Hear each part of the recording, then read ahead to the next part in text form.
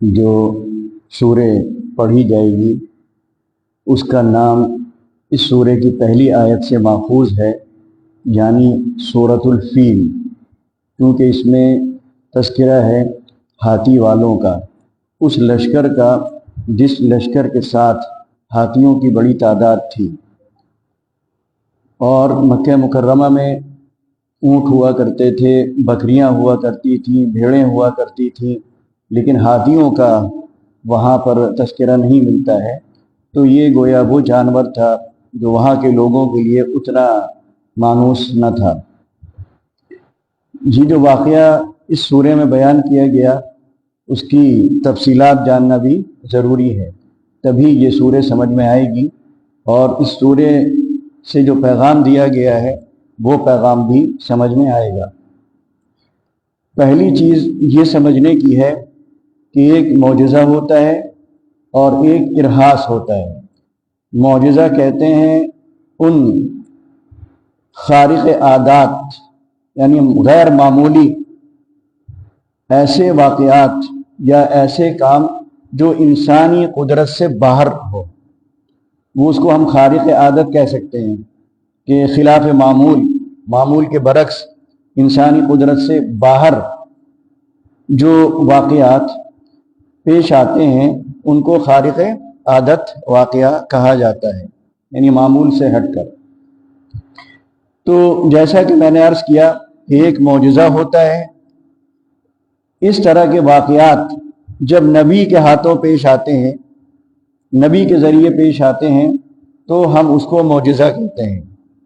اور اسی طرح کے واقعات یعنی اس سے ملتے جلتے نبی کی نبوت سے پہلے پیش آتے ہیں تو ان کو ارہاس کہا جاتا ہے۔ گویا یہ ارہاس تمہید ہے ایک نبی کی بعثت کی، اس میں گویا اشارہ ہے، اعلان ہے کہ اب ایک نبی آنے والا ہے، اب دنیا کا نظام بدلنے والا ہے، اب ایک نیا عقیدہ آئے گا، نئی تہذیب آئے گی، نئی شریعت آئے گی، ایک نیا نبی آئے گا، اور اب دنیا میں ایک انقلاب آئے گا، جو نظام چل رہا تھا وہ نظام اب ختم ہوگا، ایک نیا نظام اب دنیا میں چلے گا۔ مثال میں یہ سب سے بڑا واقعہ خود ابرہہ کا واقعہ ہے۔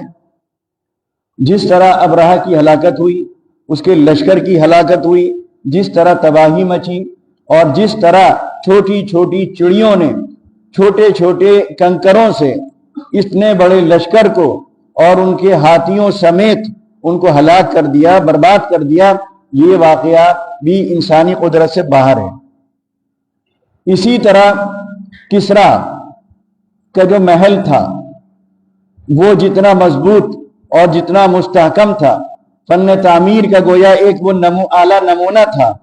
نبی علیہ الصلوۃ والسلام کی بعثت، وہ نبی علیہ الصلوۃ والسلام کی ولادت کی رات، اس میں دراڑیں پڑ جاتی ہیں، اس کے کنگورے گر جاتے ہیں، اس کے چھجے زمین پر آ جاتے ہیں۔ یہ کیسے ہوا کوئی نہیں سمجھ سکتا تھا، کوئی نہیں جان سکتا تھا کہ ایسا محل اتنا مضبوط، اتنا پختہ اور ایسا عالیشان، وہ اچانک کیا ہوتا ہے کہ اس کے کنگورے گرنے لگتے ہیں، چھجے گرنے لگتے ہیں، اور اس کی موٹی موٹی مضبوط ایسی دیواریں گویا جیسے سیسا پلائی ہوئی دیواریں ہوں، ان میں دراڑیں پڑنے لگتی ہیں۔ ایسے ہی ایران کا وہ آتش کدہ جہاں 1000 سال سے آگ جل رہی تھی، مسلسل جل رہی تھی، کیونکہ آگ کی پوجا ہوتی تھی، آگ کی پرستش ہوتی تھی، پتہ نہیں کتنا تیل اس میں پڑتا ہوگا یا لکڑیاں اس میں ڈالی جاتی ہوں گی، مسلسل وہ آگ جلتی رہتی تھی۔ اچانک اس رات وہ آگ جلنا بند ہو جاتی ہے اور بجھ جاتی ہے۔ کیسے بجھ گئی کوئی اس کی توجیہ نہیں کر سکتا۔ ویسے ہی وہاں پر کاشان میں ایک جھیل تھی، میلوں لمبی اور میلوں چوڑی، بڑی گہری، پانی سے بھری ہوئی، اچانک وہ سوکھ جاتی ہے، ایک قطرہ بھی پانی اس میں نہیں ملتا۔ یہ واقعات تو باہر پیش آئے، اس کے علاوہ نبی علیہ الصلوۃ والسلام کے ساتھ جو واقعات پیش آتے تھے نبوت سے پہلے بھی، کہ جب آپ چل رہے ہیں تو بادل کا سایہ ہے، آپ چل رہے ہیں راستے آپ کو سلام کر رہے ہیں۔ ایسے ہی وہ بکری جس کے تھن بالکل پچکے ہوئے تھے، ایک قطرہ اس میں دودھ کا نظر نہیں آتا تھا، وہ آپ کی برکت سے اس کے تھن دودھ سے بھر جاتے ہیں۔ وہ اونٹنی جس کے لیے چلنا مشکل تھا، اتنی لاغر، اتنی کمزور، لیکن جب آپ اس پر بیٹھتے ہیں اور دائی حلیمہ آپ کو لے کے چلتی ہیں تو ہوا سے باتیں کرنے لگتی ہے۔ تو یہ سب چیزیں جو پیش آئیں، انہی کو ارہاسات کہا جاتا ہے۔ یہ گویا اشارہ دے رہی ہیں کہ اب دنیا میں ایک انقلاب آنے والا ہے، اب دنیا میں ایک تبدیلی رونما ہونے والی ہے۔ تو یہ بھی سمجھنے کی ضرورت ہے۔ تو یہ واقعہ بھی ارہاسات میں سے ایک ارہاس ہے۔ دوسرے، ابرہہ کو بھی سمجھنے کی ضرورت ہے، ابرہہ کی طاقت کو سمجھنے کی ضرورت ہے، ابرہہ کے اصل مقصد کو بھی سمجھنے کی ضرورت ہے، کیونکہ کبھی کبھی مقصد جو سامنے ہوتا ہے وہ کچھ اور ہوتا ہے، لیکن اندر مقصد کچھ اور ہوتا ہے۔ اگر ہم اس وقت کی جو دنیا ہے، اس دنیا میں جو حالات پیش آ رہے ہیں، جو جنگیں ہو رہی ہیں اور جو ایک رسہ کشی ہے اور جو واقعات خود ہمارے ملک میں پیش آئے، وہ اگر ہم سامنے رکھیں تو ہم بھی اس نتیجے پر پہنچیں گے کہ کبھی کبھی جو چیز دکھتی ہے وہ نہیں ہوتی ہے اور جو نہیں دکھتی وہ ہوتی ہے۔ تو ابرہہ کا معاملہ بھی کچھ اسی طرح کا ہے۔ سورہ قریش میں ہم لوگوں نے پڑھا تھا کہ مکہ جو ہے وہ مرکز بن گیا تھا کعبے کی وجہ سے، کعبے کے تقدس کی وجہ سے۔ مرکز وہ تجارتی بن گیا تھا، مرکز وہ اقتصادی بن گیا تھا، اور کعبے کی نسبت کی وجہ سے مکے کے لوگوں کو جو احترام حاصل تھا، جو مقبولیت اور محبوبیت حاصل تھی، وہ اور کسی علاقے اور کسی خطے کے رہنے والوں کو حاصل نہیں تھی۔ یہ چیزیں بھی پیش نظر رہنی چاہیے۔ اب ابرہہ جو یمن کا حاکم تھا، بادشاہ نہیں تھا، نائب بادشاہ تھا، اور وہ حبشہ کے تابع تھا، عیسائی تھا، وہ بھی یہ سب دیکھ رہا تھا۔ اور یمن میں عیسائی بھی تھے اور یعنی وہ لوگ بھی تھے جو عیسائی نہیں تھے، اور وہ کعبے آیا کرتے تھے، حج کے لیے آتے تھے، طواف کے لیے آتے تھے، زیارت کے لیے آتے تھے۔ ابرہہ یہ سب دیکھ رہا ہے کہ ہمارے یہاں کے لوگ وہاں جا رہے ہیں، مکے کو بہت ترقی ہو رہی ہے، کاروبار وہاں بڑھ رہا ہے، تجارت کو فروغ حاصل ہو رہا ہے، اور مصر اور شام جانے والے جو تجارتی راستے ہیں ان پر یہ عرب قابض ہیں، ان کا کنٹرول ہے، گویا تجارت انہوں نے اپنے ہاتھ میں لے رکھی ہے، اور اس سے ان کو بڑی معاشی خوشحالی ان کے یہاں آ رہی ہے، اور مکے کے لوگوں کو بہت احترام کا درجہ حاصل ہو گیا ہے۔ یہ ساری چیزیں اس کے ذہن میں آ رہی تھیں کہ کسی طرح مکے کی اس مرکزیت کو ختم کیا جائے، تجارت کو وہاں سے یمن منتقل کیا جائے، اور مکے کے لوگوں کو جو احترام حاصل ہے وہ احترام صنعاء کے لوگوں کو حاصل ہو۔ تو اس نے مکے کی مرکزیت کو، مکے کی اس حیثیت کو ختم کرنے کے لیے اور تجارت اور کاروبار کا رخ یمن کی طرف یعنی صنعاء کی طرف موڑنے کے لیے اس نے ایک فیصلہ کیا کہ میں یہاں پر ایک بڑی عبادت گاہ بناؤں گا۔ اس نے اور بہت بڑی عبادت گاہ اس نے بنائی، بہت مضبوط، بہت اونچی، بہت بلند اور بہت وسیع رقبے میں۔ اس کے بعد اس نے اعلان کیا کہ مکے کا حج ادھر منتقل کر دیا جائے گا۔ مکے میں جو حج ہوتا ہے، مکے میں جو میلہ لگتا ہے، مکے میں جو بھیڑ جمع ہوتی ہے، اور وہاں پر ایک جشن کا جو ماحول ہوتا ہے، جو بازار لگتا ہے، جو منڈی لگتی ہے، جو کاروبار ہوتا ہے، وہ سب میں ادھر منتقل کر دوں گا۔ یہ اس نے اعلان بھی کیا۔ اس کا اثر فطری طور پر مکے کے لوگوں پر پڑا، کیونکہ وہ کعبے کو جس نظر سے دیکھتے تھے، جس احترام سے دیکھتے تھے، تو ان کو اس کعبے کی توہین محسوس ہوئی اور ان میں اشتعال پیدا ہوا۔ اب جیسا کہ روایات میں آتا ہے کہ وہاں سے دو آدمی نکلے غصے سے بے قابو ہو کر، اور وہ پہنچے صنعاء۔ جیسا کہ روایات میں آتا ہے، دو باتیں آتی ہیں، ایک یہ کہ انہوں نے وہاں پر غلاظت ڈالی، دوسرے یہ کہ انہوں نے وہاں پر آگ لگانے کی کوشش کی۔ لیکن یہ بات بھی ذہن میں رکھنی چاہیے کہ کبھی کبھی یہ سب سازشیں ہوتی ہیں، اور ہم اگر اپنے ملک اور دنیا کی صورتحال کو سامنے رکھیں تو ایسے بہت سے واقعات مل جائیں گے۔ مثال کے طور پر امریکہ میں ٹاور گرا بعد میں ثابت ہوا کس نے گرایا، الزام کس پر لگا، اور اس ٹاور کے گرنے کے نتیجے میں امریکہ کو جواز ملا افغانستان پر حملہ کرنے کا۔ ٹاور اپنا خود گرایا اور افغانستان پہ کیا کیا، قبضہ کیا۔ صدام حسین کو کویت بھیجا اور اس سے سعودی عرب کو دھمکی دلوائی، اور اس کے بعد سعودی عرب کی حفاظت کے لیے فوجیں بھیج دی۔ تو کیا حفاظت کے لیے فوجیں بھیجی گئی تھی؟ پیٹرول کے کنووں پر قبضہ کرنے کے لیے اور ان پر کنٹرول کرنے کے لیے۔ افغانستان پر جو حملہ کیا وہ ملا عمر یا اسامہ بن لادن مقصود نہیں تھے، بلکہ وہاں کے وہ خزانے، وہ ذخائر تھے جو وہاں پر مدفون ہیں مختلف دھاتوں کی شکل میں، ان پر کنٹرول کرنا تھا۔ اور خود ہم اپنے یہاں دیکھیں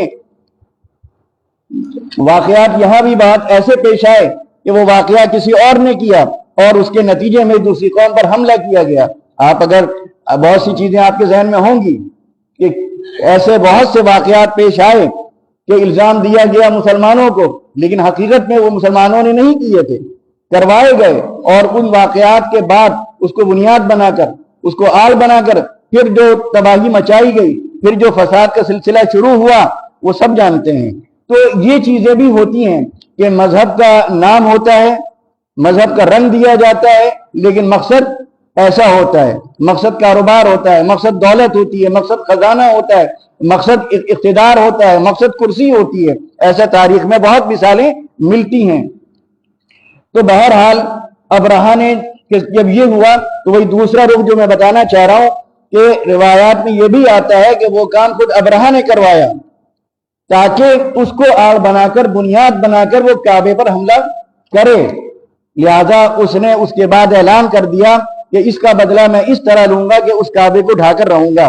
چنانچہ اس نے فوج تیار کی اور اس میں بڑے ہاتھی بھی تھے، 60,000 آتا ہے روایات میں، 60,000 افراد پر مشتمل اس کا وہ لشکر تھا، اور وہ وہاں سے بہرحال بڑی شان کے ساتھ، بڑی آن بان کے ساتھ نعرہ بازی کرتے ہوئے نکلا ہوگا۔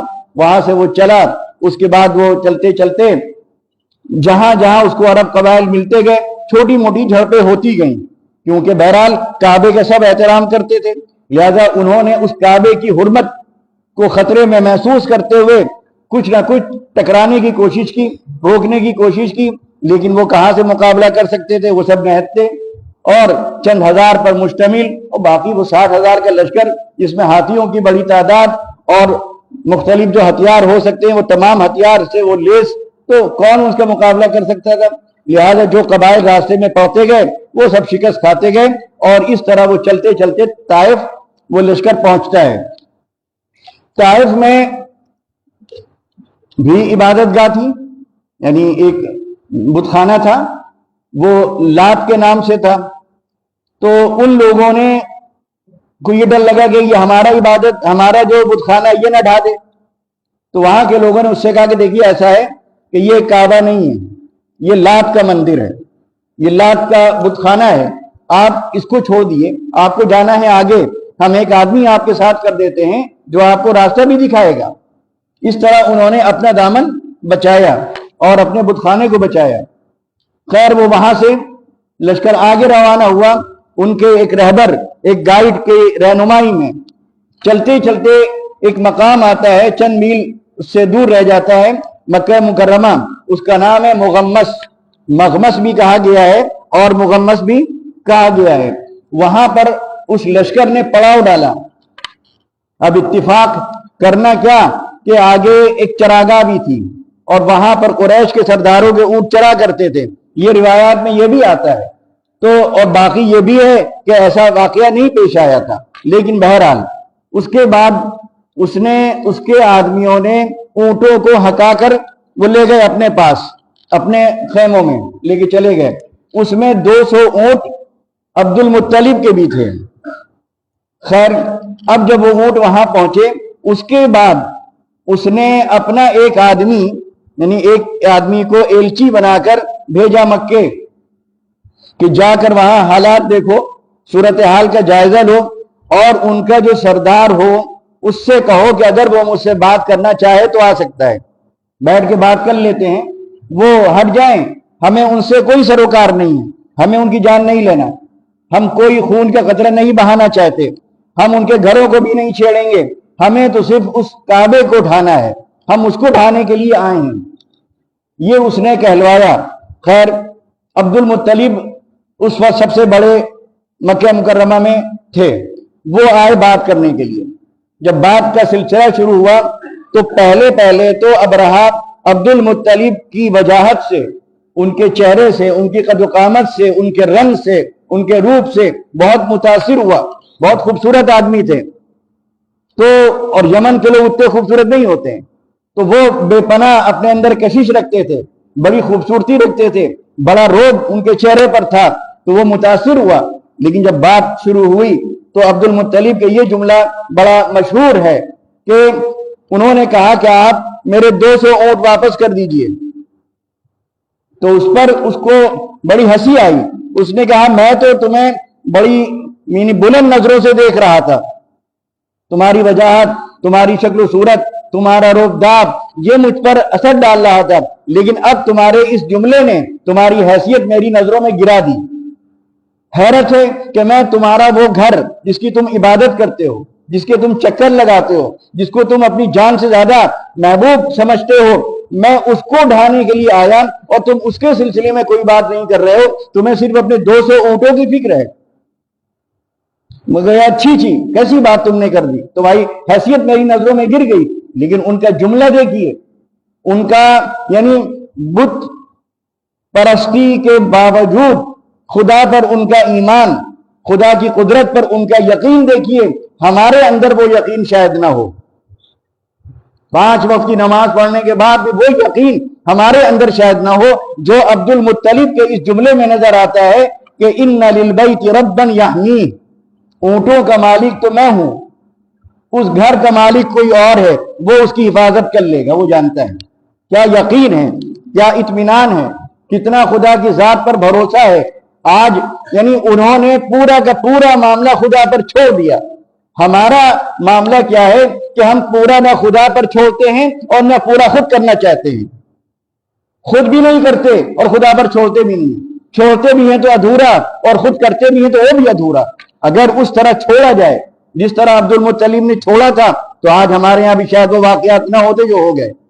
بہت سی چیزیں ایسی ہیں کہ غور کرنے کی ہیں۔ یہ صورت ہمیں ان کی طرف توجہ دلا رہی ہے کہ ان کا یہ جملہ کہ اس کعبے کا، اس گھر کا مالک ہے، وہ اس کی حفاظت کرنا جانتا ہے، وہ کرے گا، وہ اس کو بچائے گا۔ یعنی کتنا یقین ہے کہ وہ اس کو بچائے گا، مطلب تم اس کو نہیں ڈھا پاؤ گے، تم اس کو نہیں گرا پاؤ گے۔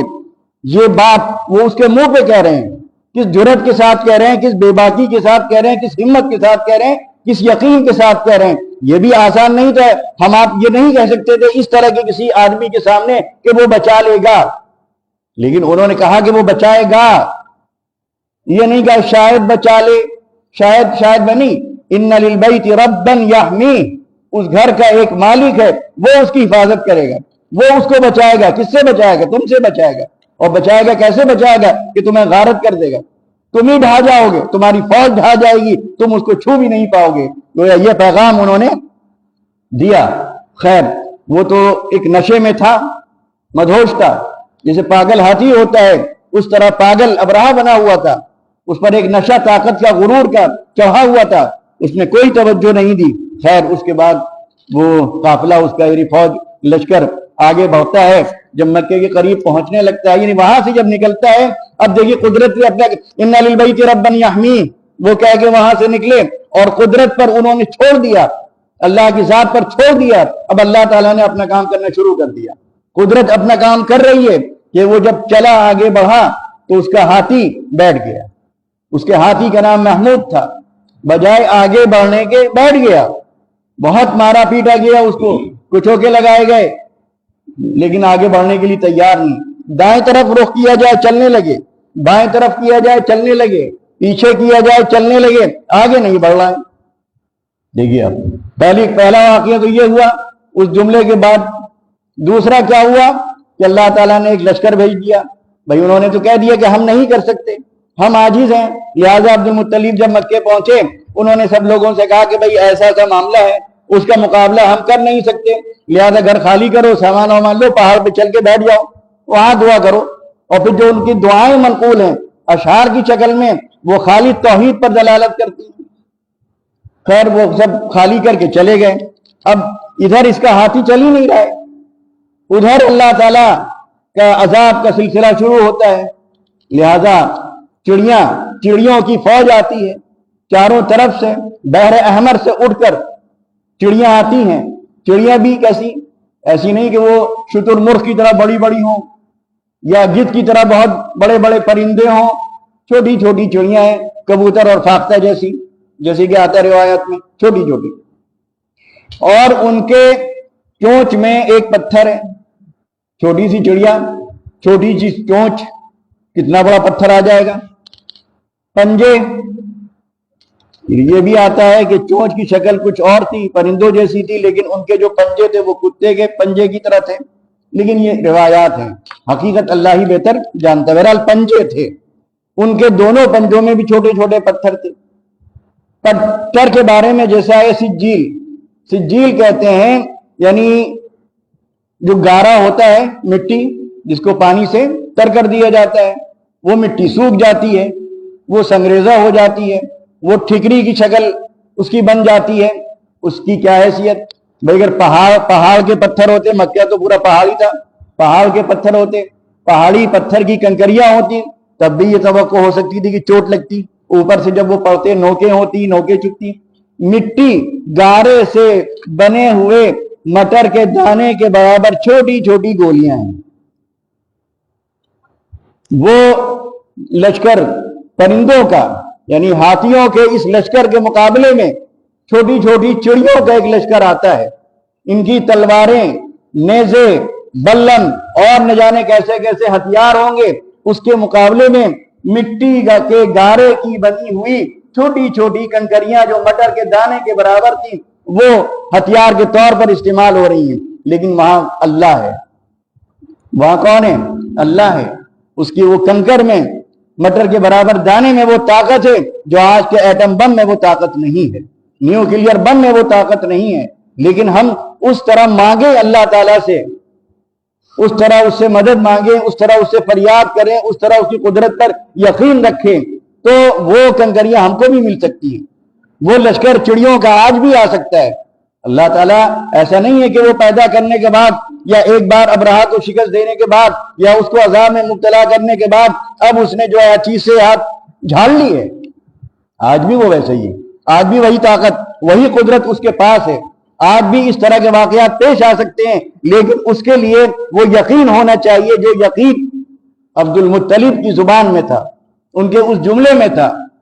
بہرحال اب اس کے بعد وہ کنکر, وہ چھوٹا سا مٹر کے دانے کے برابر جس پر گرتا تھا, اگر سر پہ گرا تو چیرتا ہوا پاؤں سے نکل جاتا تھا اور وہ حصہ سڑنے لگتا تھا, گلنے لگتا تھا. اس پتھر میں یہ تاثیر تھی. اور کوئی ایسا شخص نہیں تھا جس پر وہ پتھر نہ لگا ہو, جس پر مٹر کے دانے کے برابر وہ دانہ نہ پڑا ہو. اس کے بعد جو سلسلہ پھر شروع ہوتا ہے کہ جسم گلتا ہے, جسم سڑتا ہے, ایک ایک پور جسم کا گرنے لگتا ہے, اور پھر اس کے ساتھ خون بہتا ہے, اس کے ساتھ مواد اور پیپ بہتی ہے. اور وہ آدمی جو اچھا بھلا 6-7 فٹ کا تھا, کچھ تو وہیں مرے, کچھ راستے میں مرے, کچھ صنعاء میں جا کے مرے. اس طرح جیسے کہ گوشت کا لوتھڑا ہوتا ہے, جیسا کہ مرغی کا بچہ جب پیدا ہوتا ہے بغیر پر کے, اس شکل میں آدمیوں کی شکلیں ہو گئی تھی, اس طرح ان کے جسم بن گئے تھے. ابرہہ تو بہت آخر میں مرا, کیونکہ اس کو تو بہت تکلیف ہونا تھی, راستے بھر ہونا تھی, ایک ایک پور اس کا گرتا جاتا تھا, خون اور مواد بہتا جاتا تھا, اور وہاں جب پہنچا ہے تو اتنا سا رہ گیا تھا, اتنا سا رہ گیا تھا. یہ حال سب کا ہوا, ایک ایک فرد کا, ایک ایک شخص کا, ایک ایک فوجی کا, ایک ایک ہاتھی کا ہوا. یہ عذاب ان پر آیا. اس واقعے کی طرف اس میں اشارہ ہے کہ جو اللہ یعنی قریش کو یہ احساس دلایا جا رہا ہے, ان کو یہ بتایا جا رہا ہے کہ اس کعبے کی حفاظت کس نے کی؟ اللہ نے کی, تم نے نہیں کی. اور تمہاری حفاظت بھی ابرہہ کے لشکر سے جو ہوئی اسی کعبے کی نسبت کی بنیاد پر ہوئی. اگر تم اس نسبت کا خیال نہ رکھو گے تو پھر تمہارے ساتھ بھی حشر اچھا نہیں ہوگا. اس کے بعد یہ بھی آتا ہے روایات میں کہ عبد المطلب اور عبد المطلب کے ساتھ جو لوگ تھے 10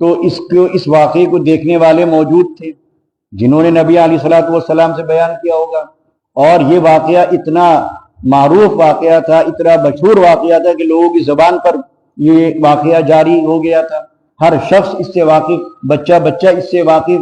تو اگرچہ آپ نے نہیں دیکھا لیکن اتنا سنا اور اتنا آپ کے علم میں لایا گیا کہ یہ ایسے ہی ہو گیا جسے کہ مشاہدے میں آ چکا ہو۔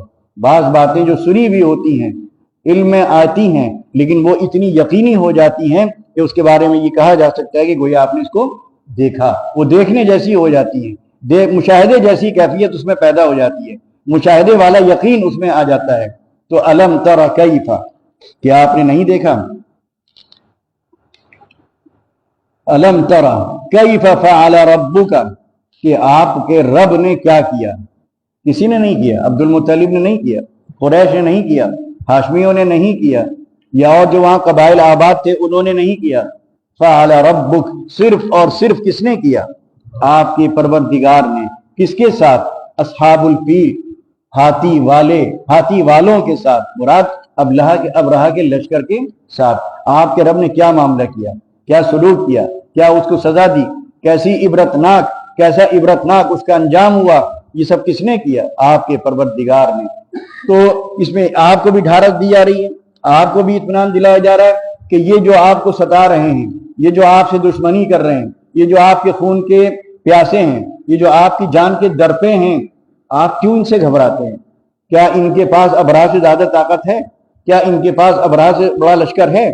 کیا ان کے پاس ابرہہ جیسے ہاتھی ہیں؟ کیا ان کے پاس ابرہہ جیسے وسائل ہیں؟ ابرہہ کے آگے تو یہ مچھر کی حیثیت نہیں رکھتے ہیں، یہ تو خود بھاگ کھڑے ہوئے تھے، لیکن وہی پروردگار تھا جس نے ابرہہ کو ہلاک کیا، اس کے لشکر سمیت ہلاک کیا، تو وہی اللہ آج بھی ہے، وہ آج بھی ہلاک کر سکتا ہے۔ تو ان کی کیا حیثیت؟ ان سے مت ڈریے آپ، ان کی کوئی اوقات نہیں ہے، کوئی حیثیت نہیں ہے۔ آپ سے ذہن میں رکھیے کہ آپ کا پروردگار کتنی قدرت رکھتا ہے، وہ کتنی طاقت رکھتا ہے جب وہ اتنے بڑے لشکر کو بھوسا بنا سکتا ہے، مرغی کا چوزا بنا سکتا ہے۔ تو یہ قریش، یہ سب جو یہاں مختلف قبائل ہیں، جن کے پاس نہ ڈھنگ کے ہتھیار ہیں، جن کے پاس نہ وہ وسائل ہیں، جن کے پورے میں مکے میں آپ دیکھ لیں شاید ایک ہاتھی نہ ملے گا، ڈھنگ کا ہتھیار نہ ملے گا، یہ کیا آپ کو نقصان پہنچا دیں گے؟ الم تر کیف فعل ربک باصحاب الفیل، آپ تو پھر بھی انسان ہیں، آپ پھر بھی ہاتھ پاؤں رکھتے ہیں، آپ کے ساتھ بھی پھر بھی کچھ لوگ ہیں، آپ تو مقابلہ بھی کر سکتے ہیں، لیکن یہ سب تو کعبے کو خالی چھوڑ کے چلے گئے تھے۔ کعبہ کیا مقابلہ کرتا؟ اس کے اندر کیا جان تھی؟ کیا اس کے پاس ہتھیار تھے؟ کیا اس کے پاس لشکر تھا؟ وہ تو دیواریں تھیں، 4 دیواریں تھیں، جب چاہتا وہ ڈھا دیتا۔ اور اس نے کیا یہ تھا کہ جب وہاں قریب پہنچا تو اس نے ہاتھیوں میں زنجیریں باندھ دی تھی، اور اس کا ارادہ یہ تھا کہ کعبے کی طرف ہاتھیوں کو دوڑا دے گا اور ہاتھیوں کی ٹکر سے وہ پوری عمارت زمین بوس ہو جائے گی۔ تو کہا کہ اللہ تعالیٰ نے اس کو ہلاک کر دیا اور کعبے کی دیواروں کو محفوظ رکھا، تو آپ تو اس کے برگزیدہ نبی ہیں، آخری نبی ہیں، آپ تو پیغمبر ہیں، بلکہ پیغمبروں کے آپ سردار، ان کے سرتاج ہیں، تو آپ کی حفاظت تو اس نے خود فرما دیا، یا ایھا الرسول بلغ ما انزل الیک من ربک وان لم تفعل فما بلغت رسالتہ واللہ یعصمک من الناس۔ آپ کی جس طرح قرآن کریم کی حفاظت کا اس نے اعلان کر دیا، ویسے ہی آپ کی حفاظت کا بھی اس نے اعلان کر دیا ہے۔ تو آپ کو کیوں خوف محسوس ہو؟ آپ کیوں ڈریں؟ آپ کیوں پریشان ہو؟ آپ کیوں مایوس ہو؟ تو آپ کو ڈھارس بھی دی جا رہی ہے، اطمینان بھی دلایا جا رہا ہے۔ الم یجعل کیدہم فی تضلیل، کیا اس نے ان کی خفیہ تدبیروں کو ناکام نہیں کر دیا؟ اب یہاں پر جو قید کا لفظ استعمال کیا ہے، قید کہتے ہیں سازش، قید کہتے ہیں خفیہ تدبیر۔ جیسا کہ میں نے کہا کبھی مقصد دینی ہوتا ہے، لیکن اس دینی مقصد کے پیچھے مقصد سیاسی ہوتا ہے، مقصد معاشی ہوتا ہے، مقصد اقتصادی ہوتا ہے، مقصد تجارتی ہوتا ہے۔ تو یہاں پر بھی اصلاً مقصد وہی تھا، اپنے یہاں ایک عبادت گاہ بنانا اور پھر اس کعبے کو ڈھانا۔ یہاں مذہب کی لڑائی نہیں ہے، سمجھے آپ، عقیدے کی لڑائی نہیں ہے، عبادت خانے کی لڑائی نہیں ہے۔ مقصد جو ہے وہ دوسرا ہے کہ تجارتی راستوں پر قبضہ کرنا، تجارتی راستوں پر کنٹرول کرنا، اپنی تجارت کو فروغ دینا، مکے کی تجارت کو اپنے ہاں منتقل کر دینا، کیونکہ جب یہاں سب آنے لگیں گے تو وہ منڈی بن جائے گی، وہاں سامان زیادہ بکے گا، وہاں مال زیادہ فروخت ہوگا، وہاں خوشحالی آئے گی، وہاں لوگوں میں پیسہ بڑھے گا اور ان کو مالی ان کو منفعت اس سے حاصل ہوگی، یہ بھی ایک مقصد تھا۔ تو کہا الم یجعل کیدہم فی تضلیل، کیا ان کی اس منصوبے کو، ان کی اس خفیہ تدبیر کو، ان کی اس سازش کو اللہ تعالیٰ نے ناکام نہیں کر دیا؟ کس نے ناکام کیا؟ کیا عبد المطلب نے کیا؟ کیا قریش نے کیا؟ کیا وہاں جو دوسرے قبائل آباد تھے انہوں نے کیا؟ وہ تو سب چھوڑ کے چلے گئے تھے۔ وَأَرْسَلَ عَلَيْهِمْ طَيْرًا أَبَابِيلَ، اور کس طرح کیا کہ اس نے چڑیاں بھیجی، جھنڈ کے جھنڈ چڑیوں کے آئے، ترمیہم، ان چڑیوں نے کیا کیا؟ ترمیہم، ابرہہ کے لشکر میں جتنے لوگ تھے ان کو مارا، بحجارہ، کاہے سے مارا؟ پہاڑ سے نہیں مارا۔ اللہ تعالیٰ پہاڑ بھی گرا سکتا تھا، اللہ تعالیٰ آسمان سے ایسی بارش بھی برسا سکتا تھا، پہاڑ بھی گرا سکتا تھا، لیکن اللہ تعالیٰ یہاں یہ دکھلا رہا ہے کہ ایک کنکر، مٹر کے دانے کے برابر ایک کنکر کو دیکھ لو، وہ بھی مٹی کا، پتھر کا نہیں، مٹی کا بنا ہوا، وہ مٹر کے دانے کے برابر اللہ تعالیٰ چاہے تو اس میں وہ طاقت پیدا کر دے جو، جیسا کہ میں نے کہا کہ ایٹم بم، نیوکلیئر بم، بڑے سے بڑے بموں میں وہ طاقت نہیں پیدا ہو سکتی ہے جو طاقت اللہ تعالیٰ نے اس میں پیدا کر دی۔ گویا یہ کہ آپ کے پاس وسائل ہو نہ ہو، اسباب ہو نہ ہو، ذرائع آپ کے پاس ہوں یا نہ ہوں، آپ کچھ بھی نہ رکھتے ہو، خالی ہاتھ میں اللہ آپ کے ساتھ ہو تو آپ کا کام سب بنتا چلا جائے گا۔ اس کے بعد فرمایا من سجیل، یعنی جو پتھر تھے یہ گارے کے بنے ہوئے تھے، جیسے کہ مٹی کو آپ پانی میں لتھیڑ دیں اور پھر وہ سوکھ جائے تو وہ جو شکل ہو جاتی ہے، اس شکل کے یہ کنکریاں تھی، سنگریزے تھے۔ اور ان پتھروں میں کیا طاقت تھی، ان پتھروں نے، چھوٹے چھوٹے مٹر کے دانے کے برابر ان کنکریوں نے کیا کام کیا؟